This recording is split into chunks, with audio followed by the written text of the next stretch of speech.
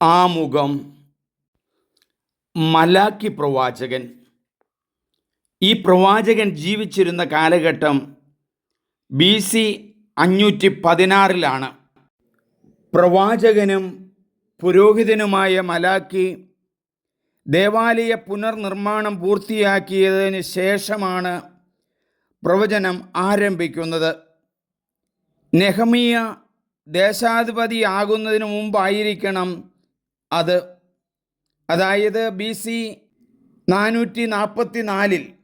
കൃത്യമായ കാലനിർണയം എളുപ്പമല്ല.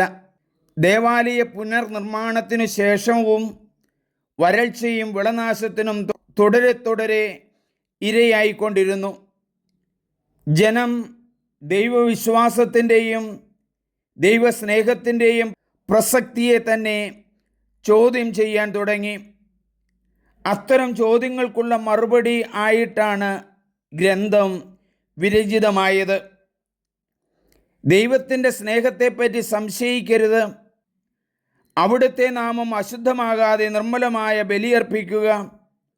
ദൈവത്തോട് വിശ്വസ്തത കാട്ടുകയോ അവിടുത്തെ അസഹ്യപ്പെടുത്തുകയോ അരുത്.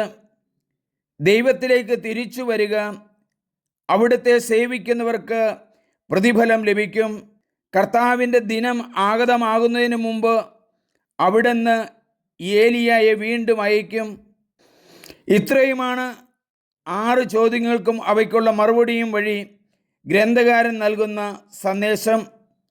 ജനത്തിനിടയിലെ അനീതിയും ചൂഷണവും ജനത്തിന് നേതൃത്വം നൽകുന്നതിന് പകരം അവരെ വഴിതെറ്റിക്കുന്ന ഇടയന്മാരുടെ ഉത്തരവാദിത്വമില്ലായ്മയും പ്രവാചകൻ്റെ രൂക്ഷമായ വിമർശനത്തിന് പാത്രമാകുന്നുണ്ട്. സ്നേഹമുള്ളവരെ, മുഴുവൻ ബൈബിളും വായിച്ച് ചെറിയ രീതിയിൽ വിശദീകരണം നൽകി ഈ ബൈബിളിലെ കാര്യങ്ങൾ ഞാൻ റെക്കോർഡ് ചെയ്യുന്നത്. നിങ്ങൾ ഇത് സബ്സ്ക്രൈബ് ചെയ്യണം, മറ്റുള്ളവർക്ക് ഷെയർ ചെയ്യണം. സ്നേഹത്തോടെ പ്രാർത്ഥനയോടെ സണ്ണി പുൽപ്പറമ്പിൽ.